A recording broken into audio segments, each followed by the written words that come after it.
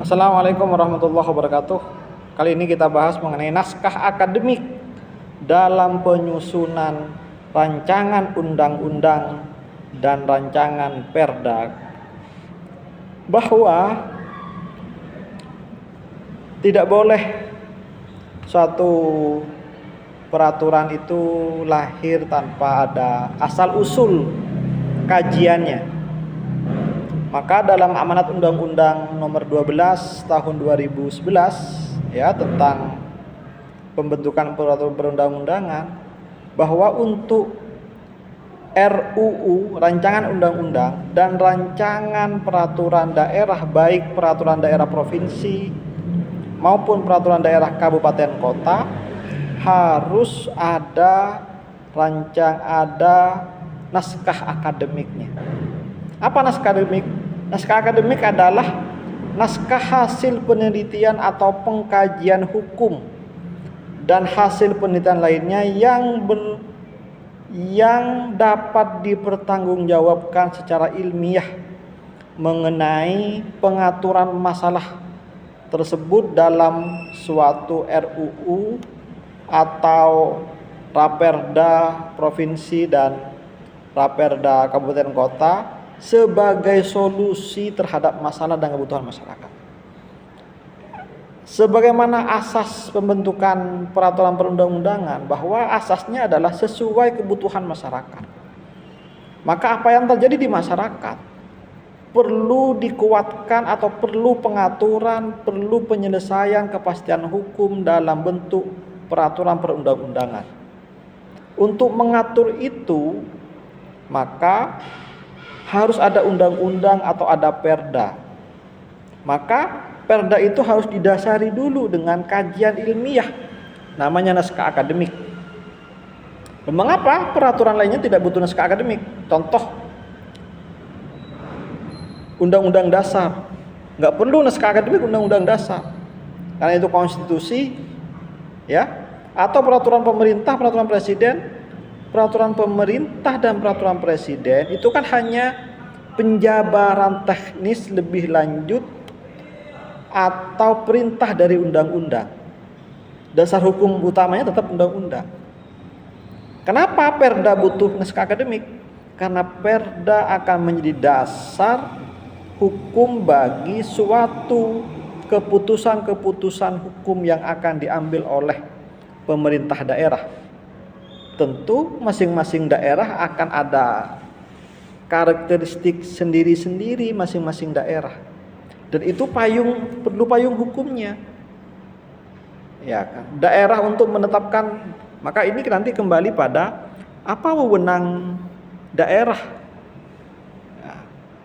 Wewenang daerah itu ya pengaturan urusan rumah tangganya sendiri dalam bingkai Negara Kesatuan Republik Indonesia, ya. Selain dari 6 urusan pemerintahan pusat, yaitu keuangan, keamanan, pertahanan, peradilan, politik luar negeri, dan agama. Itu urusan pusat. Kebijakan pengaturannya pusat. Daerah nggak usah ngurus itu. Makanya kemudian beberapa lembaga peradilan itu hierarkis, bukan wewenang daerah, hierarkis ke pusat. Kementerian Agama misalnya, atau kepolisian, lembaga TNI, itu pusat, hierarkis ke pusat. Tidak ada di daerah-daerah, ya. Di daerah hal-hal lain, pendidikan, lingkungan hidup, terus pendapatan daerah dan lain-lain, itu sudah wewenang daerah masing-masing yang harus ada payung hukumnya, yang namanya peraturan daerah. Apa saja yang perlu dimuat dalam naskah akademik? Jadi naskah akademik itu berisi mengenai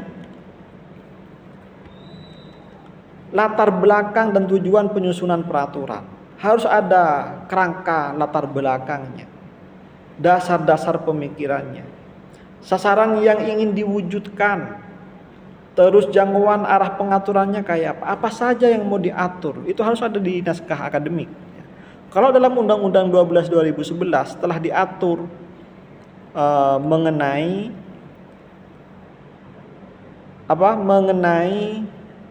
sistematika dari rancangan dari naskah akademik itu, bahwa naskah akademik itu ya terdiri dari ada judul, ada kata pengantar, terus ada daftar isi, bab 1 pendahuluan, bab 2 kajian teoritik dan praktik empiris, bahwa ilmu yang dikaji di perguruan tinggi atau semua teori-teori yang berkembang dalam keilmuan itu sangat bermanfaat sekali terhadap pembangunan hukum yang ada di daerah, yang ada di suatu negara, bahwa tidak bisa lepas dari teori-teori itu.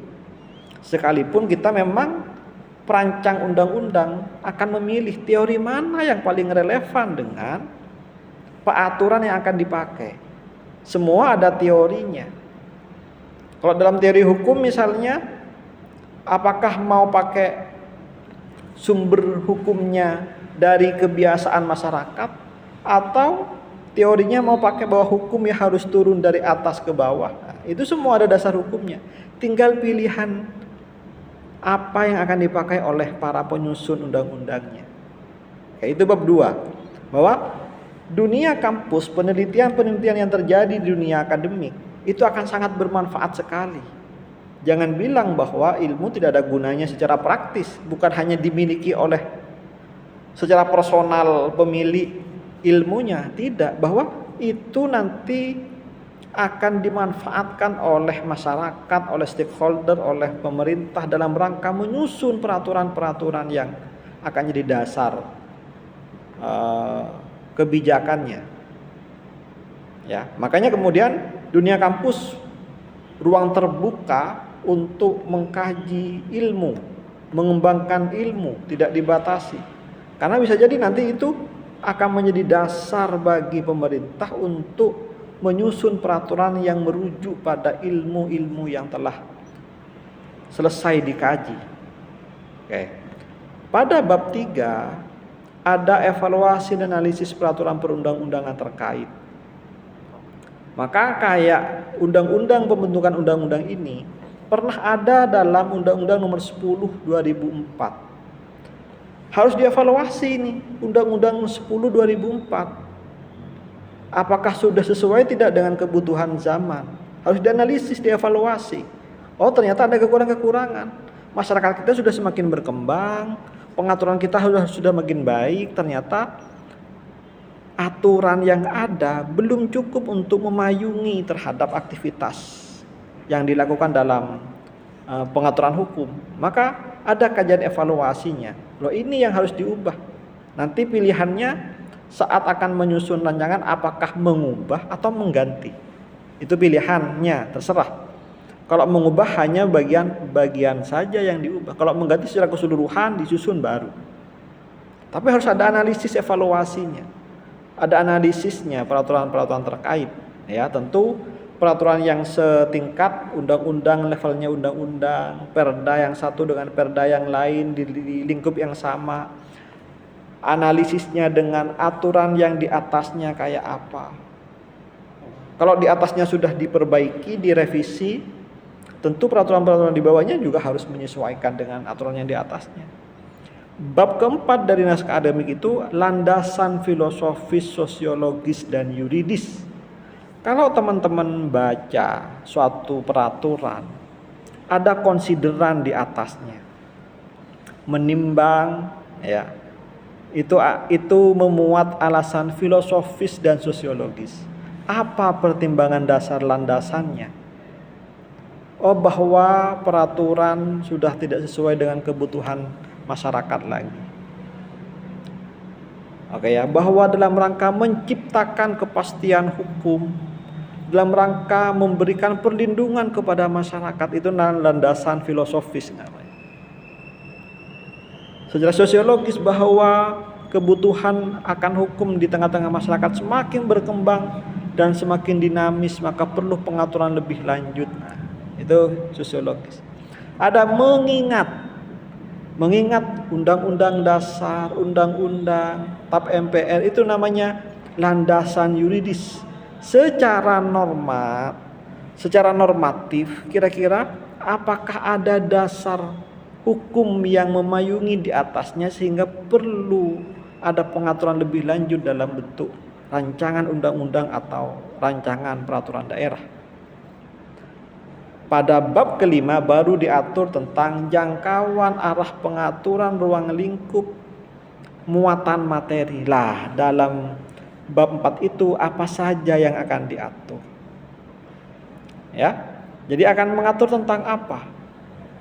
Kalau misalnya tentang undang-undang pembentukan undang-undang diatur tentang penyusunan undang-undang, siapa yang menyusunnya? Gimana tahapannya? Siapa yang menginisiasi penyusunan peraturannya? Bagaimana mengesahkan peraturan? Bagaimana meletakkan aturan itu dalam lembaran negara? Diberi nomor kayak apa? Formatnya seperti apa? Itu namanya arah pengaturan dan muatan materinya. Jadi harus diatur. Termasuk misalkan mengatur tentang pidana. Hukum akan memberikan pidana apa saja.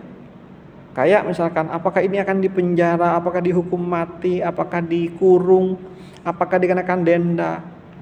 Harus muncul dalam naskah akademik. Ini yang akan diatur. Kalau mau dihukum, hukumannya harus segini. Tentu tidak lepas dari di atasnya, yaitu landasan filosofis sosiologis yuridisnya. Tidak lepas dari teori-teorinya, maka ilmu yang berkembang tetap akan turun ke bawah.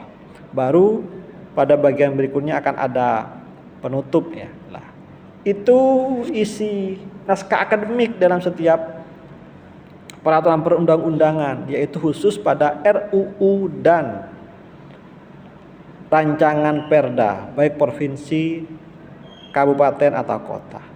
Maka ilmu yang ada di dunia kampus, di dunia akademik akan sangat bermanfaat sekali.